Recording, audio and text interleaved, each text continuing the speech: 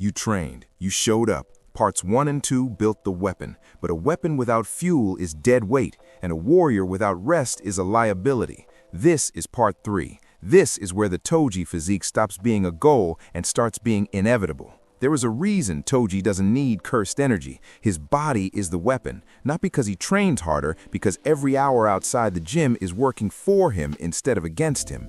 That is the difference between the guy who trains for a year and looks the same and the guy who trains 3 months and looks like a different person. The workout is 10%. The other 23 hours is everything. Nutrition. Fuel the frame. Protein first, always. 1 gram per pound of body weight. Every day, no exceptions. Chicken, eggs, beef, Greek yogurt. If you only get one thing right from this entire video, make it this. Eat at maintenance. Not bulking, not cutting. Walking the line where your body burns fat and builds muscle at the same time. Satisfied, not stuffed. Small adjustments, daily discipline. Carbs before your session. Rice, oats, potatoes. Carbs are what allow you to train with the intensity that forces adaptation.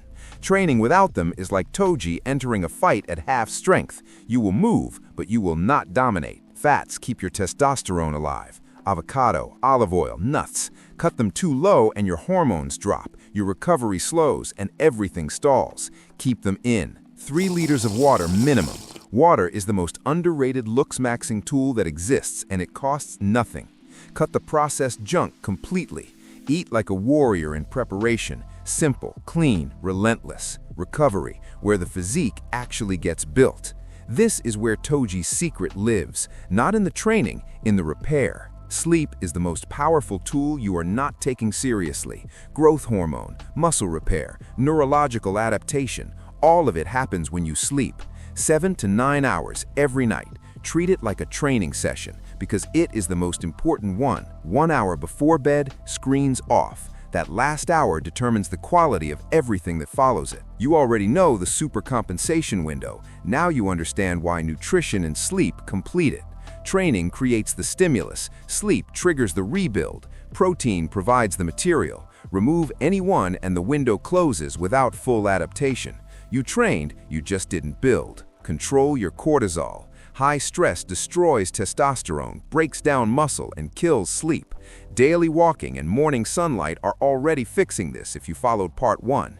They are not optional extras, they are load-bearing parts of the system. Part 1 built the foundation, part 2 built the frame, part 3 runs the machine. The Toji Protocol is complete. Most people who click part 1 are still on the couch. The ones who reach part 3 and actually implement it are the ones who show up in 6 months looking like they belong in the manga.